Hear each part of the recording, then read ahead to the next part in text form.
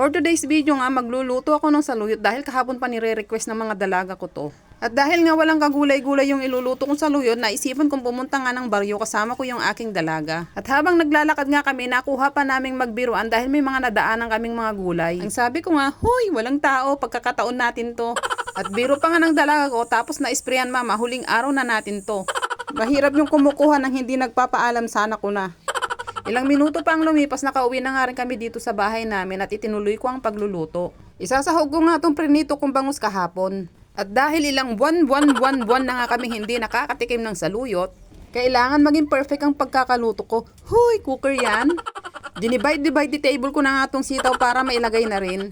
At kahit sabay-sabay kong pinaghihiwa tong sitaw, walang dinosaur na makakaligtas dyan. Dinosaur talaga. Useless din kasi ang sarap ng pagkakaluto mo kung mayroong dinosaur dyan na maliligaw na isa. Yung ganado ka nang kumain, biglang may lilitaw na kulay green. Sinong relate? Gaganahan ka pa bang kumain kapag may lumitaw na magic? Heto na nga't kumukulo na tong paglulutuan ko ng gulay, parang kalahating isda na yata ang naisahog ko dito. Masarap kasi ang gulay kapag mas maraming sahog, mas malasa.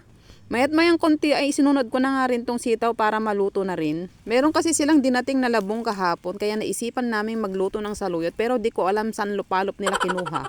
At dahil medyo naluluto na nga tong sitaw at saluyot, inilagay ko na nga rin tong kawayan. Sa paglalagay ko nga ng labong, pansin ko parang hindi yata kasya yung niluluto ko dito sa kasirola. Kahit pansin kong medyo alanganin na, sige insilsil ko latta. Ilang minuto nga lumipas, pansin ko parang hindi naluluto tong niluluto kong gulay, kaya tinagkawali din. At sa wakas ito na nga po yung niluluto ko at naluto din, muntik pang mapalpak kanina.